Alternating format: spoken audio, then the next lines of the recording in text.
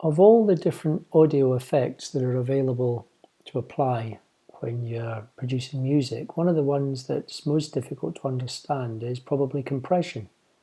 It's hard sometimes to hear how it's being applied, and it's sometimes difficult to know how to use it. With reverb, for example, as soon as you apply it, you can hear it. Same with chorus, same with delay, you can hear the echo. But with compression, it can be quite subtle. Obviously, if you're producing dance music and you're using sidechain compression to get a pumping effect, it's obvious. But with vocals, for example, sometimes you just want them to stand out more, for them to have more presence, for them to have more sparkle. If you turn up the volume level, the gain of the vocals in the mix, sometimes it can become overpowering and drown out the rest of the mix. So compression can make vocals stand out more without making them overpowering. And so I was looking at different kinds of compression to do this, to try and develop my own understanding of it. And I'm using the compressor in Logic here, and in Logic you get the ability to emulate different kinds of compressors. So this is a digital compressor type. We've got VCA, voltage controlled amplifier. This one's emulating a Focusrite Red. FET, field effect transistor compressors. And the one that I'm looking at here is an emulation of an optical compressor. And optical compressors, as you may know, one of the earliest types of compressors used optics, where there's a little bulb that glows brighter the louder the signal gets, and the little bulb shines onto a light sensitive resistor, and as the brightness goes up, the resistance goes up, and as the resistance goes up, the gain is turned down. So it's a kind of a roundabout way to apply compression, but it's very popular because of the smooth compression that it applies to the sound that you're listening to. So like all compressors, this one here is equipped with the controls you would expect. If you change the little display here to graph, you can see in this graph here, let me just turn this down for a second, the threshold control, that lets you set the level at which compression is applied. So here, 0 dB, no compression. So if we play this track, turn on the compressor, that would help, wouldn't it? Left me at the mercy of the crowd, and I blame you. But as we turn the threshold down, you can see that compression starts to be applied. So in this case, you've got compression being applied at -10 decibels, turn it to -20. You can see that on the display. So as the signal goes above the threshold level, compression starts to be applied.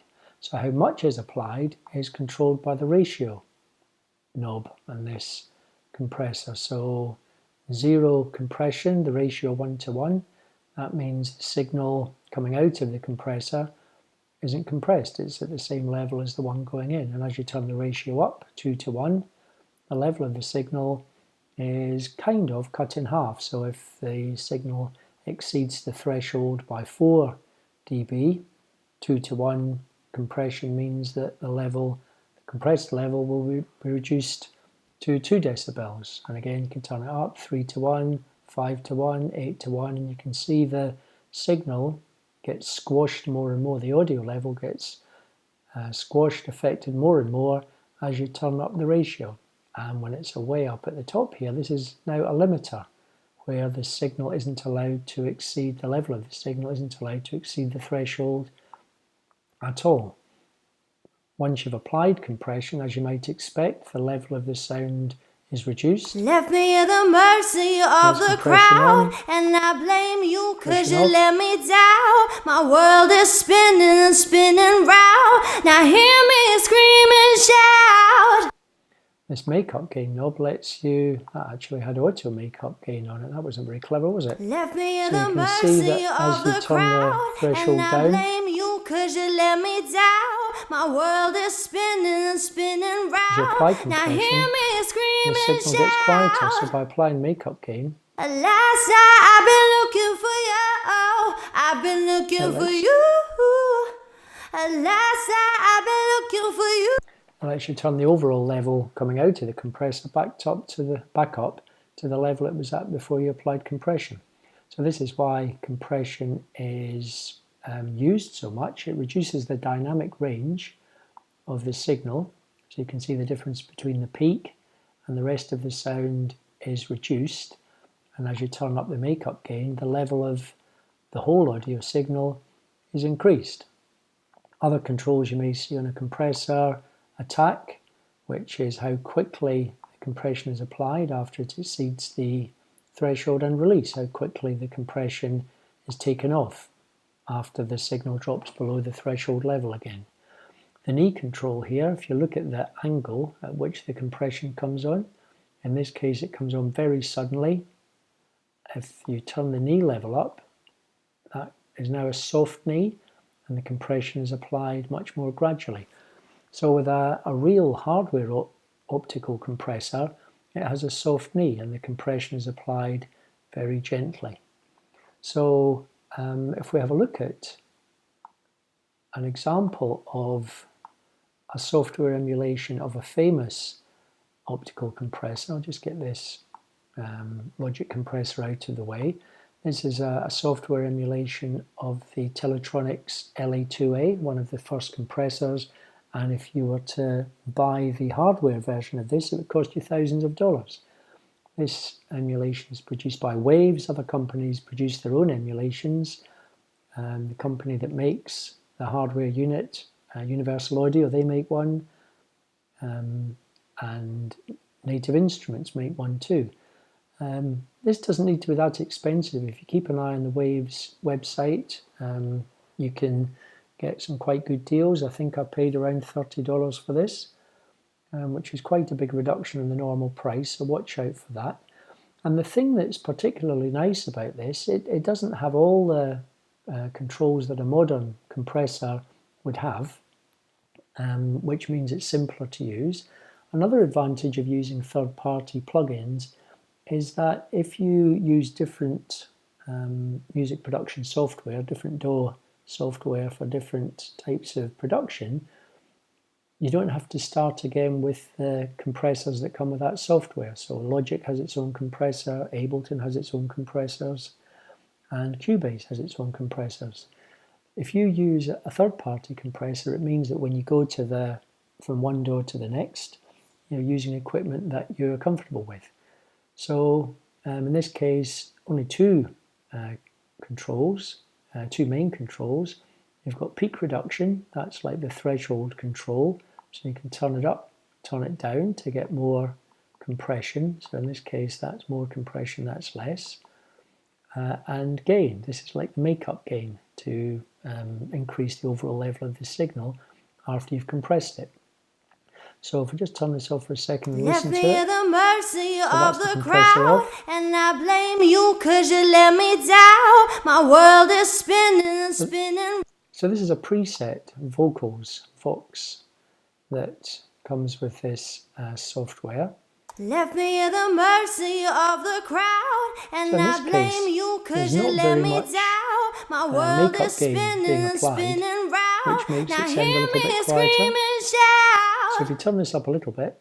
Alas, I've been looking for you. Oh, I've been looking for you. Try it off. Alas, I've been looking for you. Left me at the mercy of the crowd, and so there's not much difference in the volume there, but in terms of how much the vocal stands out, I think there is quite a difference. Left me at the mercy of the crowd, and I blame you 'cause you let me down. My world is spinning. So again, like I said, with a compressor, it's not as if you're turning the volume up so that it overpowers the rest of the mix. You're just making it stand out, and compressors make the sound appear to be closer to you. Another old-time type of compressor is called a variable mu compressor, and this uses valves, tubes, to produce the compression. And this is a software emulation of a very famous valve compressor called a PuigChild 670. And I'm not even sure how you pronounce this, PuigChild, but that's not how you say it. This one has a switch, so you can turn it on and off. Because this is a stereo vocal track that we are using here, when you open the plugin up, it comes with 2 channels, but you can see that the 2 channels can be linked using this knob in the middle here. If it was just a mono track we were using, it would be a mono version of the plugin, and you would only see 1/2 of this. So, as with the previous classic compressor that we were looking at, there's a reduction in the number of controls. There's the time constant, that's kind of like attack and release, so you can have it coming on slowly or quickly and releasing again slowly and quickly. Input gain, which lets you adjust the level of the sound coming into the compressor. Threshold, which is the amount, the peak level at which the compression will start to be applied. And as with the CLA-2A, the ratio, the compression ratio is built in. So I believe that it's round about 4:1 in the CLA-2A, and I believe it's about 4:1, 3 or 4:1 in this unit as well. So you don't have to worry about how much it's compressed, that's built into the unit. The ratio wasn't available to be adjusted on these old-time units. Left me at the mercy of the crowd, and I blame you 'cause you let me down. My world is spinning and spinning round. So the threshold is fairly low. As you turn it up, it applies more compression.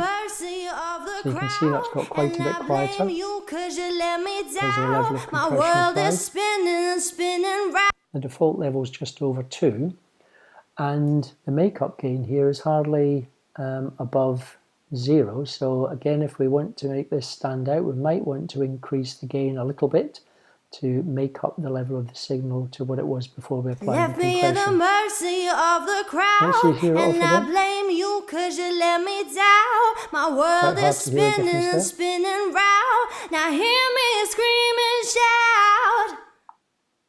Last night I've been looking for you. I've been looking for you. Last night I've been looking for you.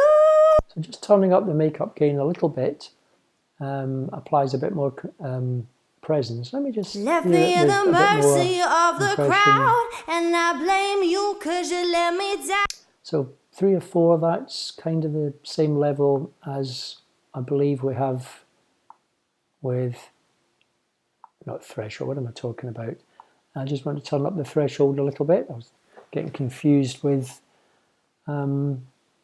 ratio there, compression ratio. Left me at the mercy of the crowd, and I blame you 'cause you let me down. My world is spinning and spinning round. Now hear me scream and shout. So not really very much louder, but definitely more present. It seems to be closer to you. It seems to stand out more than without the compression.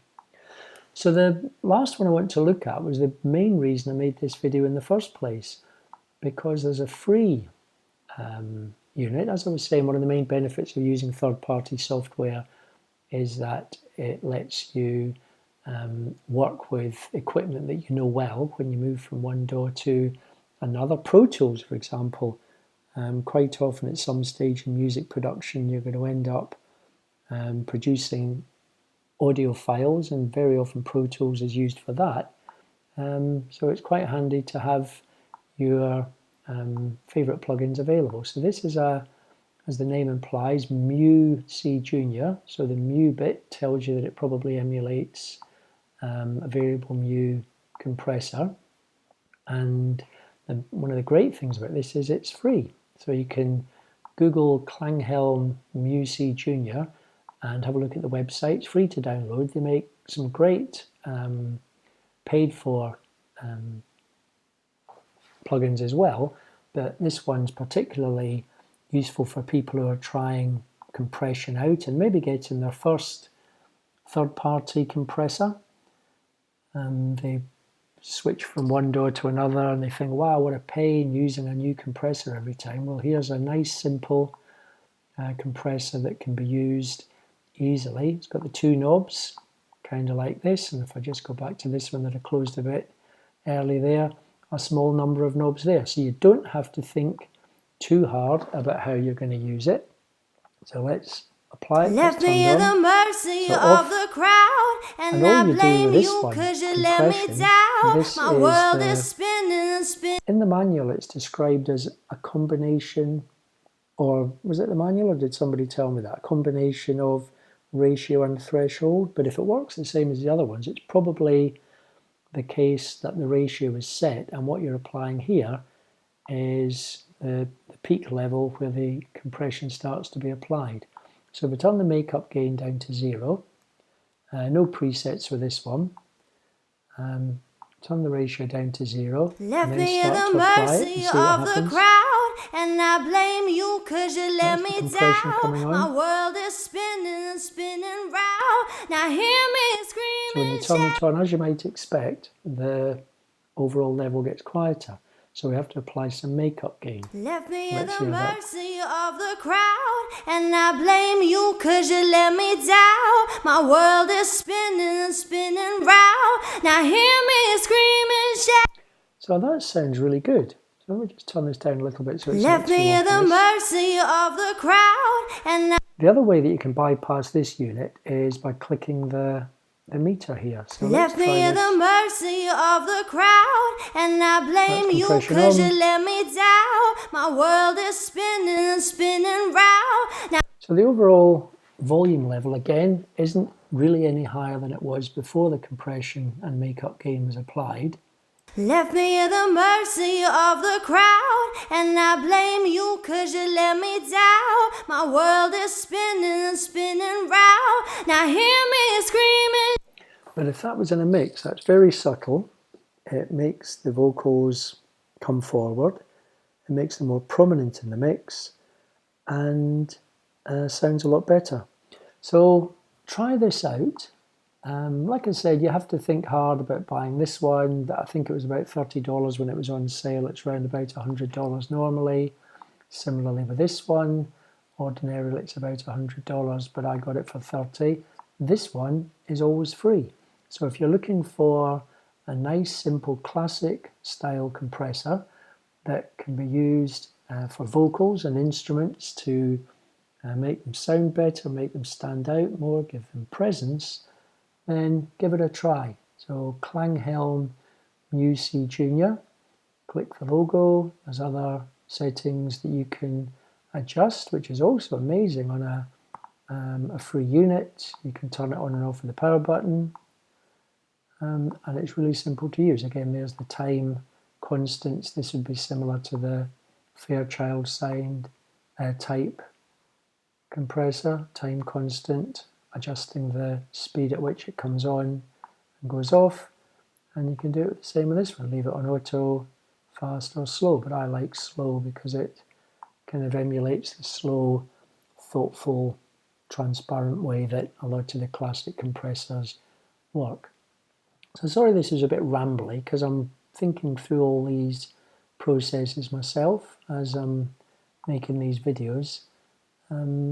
So maybe you found it useful. Whether you did or you didn't, definitely try out this compressor because it's amazing and it's free. Thanks a lot.